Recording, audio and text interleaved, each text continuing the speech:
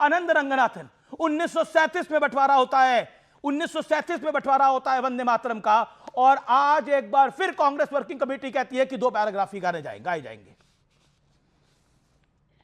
नमस्कार अमीश जी और आपके करोड़ों दर्शकों को नमस्कार। वंदे मातरम, जय हिंद। देखिए, बंटवारा तो कांग्रेस ने कई बार कराया है। अक्टूबर 15 1937 में जब मोहम्मद अली जिन्ना ने ये कहा था, आई थिंक लखनऊ में, कि ये वंदे मातरम पे ऑब्जेक्शन दर्ज करी थी, उसके कुछ ही हफ्ते बाद जवाहरलाल नेहरू ने रेलते में उनकी बात मान ली थी। कहा था कि हाँ भाई, सेकुलरिज्म और किसी के भी चक्कर में हम ये मान लेते हैं, ये बात है।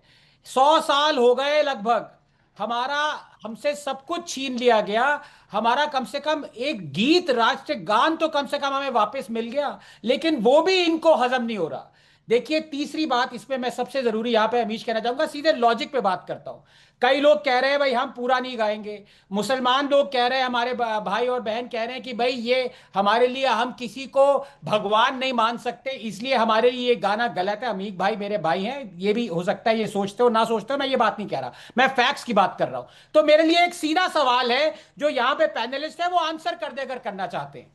गढ़वाल रेजिमेंट जो है उसकी बैटल क्राई क्या है? बद्री विशाल की जय। राजपुताना राइफल्स की बैटल क्राई क्या है? राजा रामचंद्र की जय, बजरंग बली की जय, जय काली मां। क्या कोई कह सकता है कि कोई मुसलमान जो कि हमारा जवान है, ब्रेव जवान है, जो मुसलमान आर्मी में है, वो ये चांट ना करे जब ट्रेंच से निकलता है मारने के लिए एनिमी को? कह दो, अगर हिम्मत है कि आप कहते हो कि कोई मुसलमान ये नहीं गाएगा क्योंकि भगवान नहीं मानता, कह दो कि कोई जवान मुसलमान ये नहीं कहेगा बद्री विशाल की जय, ये नहीं कहेगा राजा रामचंद्र की जय। अगर हिम्मत है तो कह दो। ओके, मैं रुक करता हूं। मेरे साथ विवेक श्रीवास्तव हैं, अमीक जमई हैं, मेरे साथ प्रियंका जी हैं। मैं तमाम लोगों का रुक करूंगा, लेकिन आखिरकार ऑब्जेक्शन क्यों है वंदे मातरम पर? विवेक, क्या लेफ्ट भी ऐसा एक प्रस्ताव लेके आएगा कि वंदे मातरम वो पूरा नहीं गाएंगे?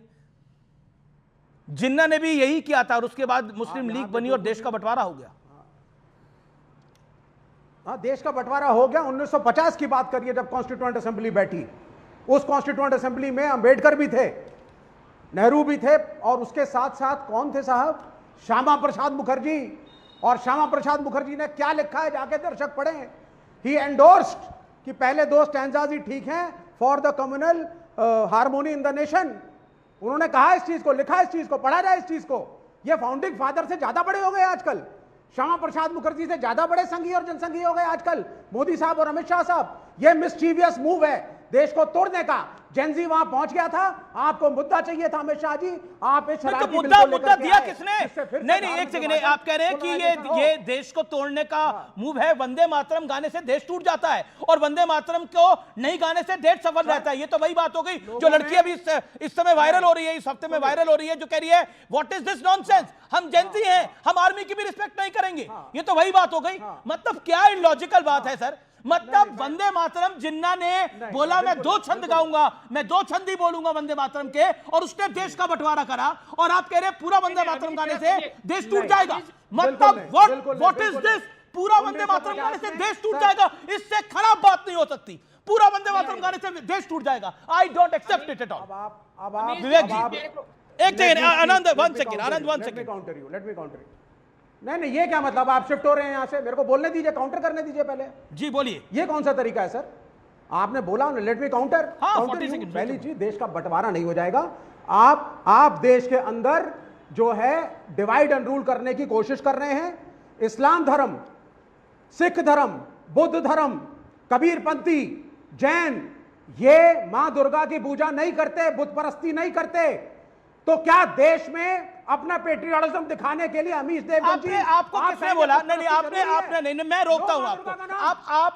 आप फैक्चुअली गलत हैं। मैं एक सेकंड, मैं कई सिखों को जानता हूं जो माता वैष्णो देवी, माता चिंतपूर्णी, माता ज्वाला जी, उनके दर्शन करने के लिए जाते हैं। एक सिख का मैं नाम बता देता हूं, सरदार नवजोत सिंह सिद्धू। सुन लिए, एक और सिख है लखबीर सिंह लखा, माता के सबसे बड़े भक्त हैं, सबसे अच्छे सुंदर भजन गाते हैं। अपना सुनना पड़ेगा सर, पूरी बात सुननी पड़ेगी। ना, मैं कई जैन भाइयों को जानता हूं, मैं कई जैन बंधुओं को जानता हूं जो माता के दरबार में जाते हैं, जो सालासर बालाजी जाते हैं, जो खाटू श्याम जी के यहां जाते हैं। अब बताइए, ये कौन से देश की बात कर रहे हैं?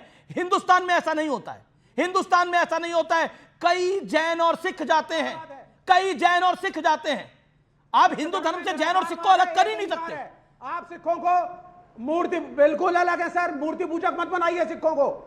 सिख निराकारवादी हैं, एक ओंकार को मानते हैं, गुरु ग्रंथ साहब उनके अंतिम गुरु हैं, वो एक अलग धर्म है, उसको कृपा करके ओके मैं हिंदू धर्म से एक ना सेकंड, जोड़ा यू जाए। Made your point. ओके उसको मैं आनंद respect रंगनाथन दी के जाए। पास जाता हूं। He will reply then mister Bhandari, ruling party. Amish okay ji, ये बहुत ही गलत बात है। ये इतना ज्यादा हेट्रेड फैला रहे हैं और आपके माध्यम से फैला रहे हैं। इनको रोकिए। इनको पहली बात, इनको शायद पता नहीं है गुरु ग्रंथ साहब में सबसे ज्यादा किसकी पूजा करी का कहा गया है। इनको पता नहीं है महाराजा रंजीत सिंह जी के ध्वज पे दुर्गा मां विराजमान है, हनुमान विराजमान है। ये कहां से आ जाते हैं? और जहां तक कॉन्स्टिट्यूशन की प्रोटेक्ट करने की बात कर रहे हैं, ये देखिए, communist CPI leader EMS Namboodiripad, sitting chief minister of Kerala, 1969 में क्या कह दिया?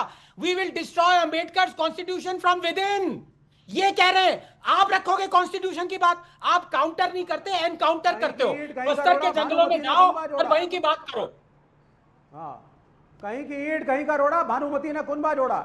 यहाँ पे बुतपरस्ती पे बात चल रही है, चले गए। बुत परस्ती कैसे आएगी? वंदे मातरम का बुत परस्ती से क्या लेना देना है? नहीं नहीं, देखिए, नहीं, आई कांट अलाउ यू कि आप हिंदू धर्म को टारगेट करें। I can't allow you. यहाँ पर बुत परस्ती की बात ही नहीं है, यहाँ पर वंदे मातरम की बात है। और वंदे मातरम के 2 छंद गाने के लिए मोहम्मद अली जिन्ना ने बोला था और पंडित नेहरू ने माना था, और आज उसी हिस्ट्री को रिपीट किया जा रहा है। मैं प्रदीप भंडारी को रुख करता हूं। प्रदीप भंडारी, जिस दिन ये सारा विवाद हुआ, केसी वेणुगोपाल की प्रेस कॉन्फ्रेंस होती है और केसी वेणुगोपाल कहते हैं एक कंफ्यूजन था, इसके बाद कुछ नहीं है, दिस चैप्टर इज क्लोज्ड। पर actually this chapter is open now, जब कांग्रेस ने एक प्रस्ताव पारित कर दिया है। पहली बात तो अमीश जी, इससे स्पष्ट हो गया कि जयराम रमेश झूठ बोल रहे थे। सोनिया गांधी ने जानबूझकर वंदे मातरम का अपमान किया था, क्योंकि जयराम रमेश का पहला स्टेटमेंट था कुर्सी के लिए सोनिया गांधी रोक रही थी। पॉइंट नंबर 1 मेरे सिंपल बात है, 1937 में नेहरू जिन्ना के सामने झुक गए, जिन्ना का दबाव था। देश आजाद 1947 में हो गया। 1947 के बाद ऐसी कौन सी तुष्टीकरण की मानसिकता का दबाव था कि जो 1947 के पहले जिन्ना की बात मानी, उसको 1947 के बाद कैरी कर रहे हैं। Point number 1।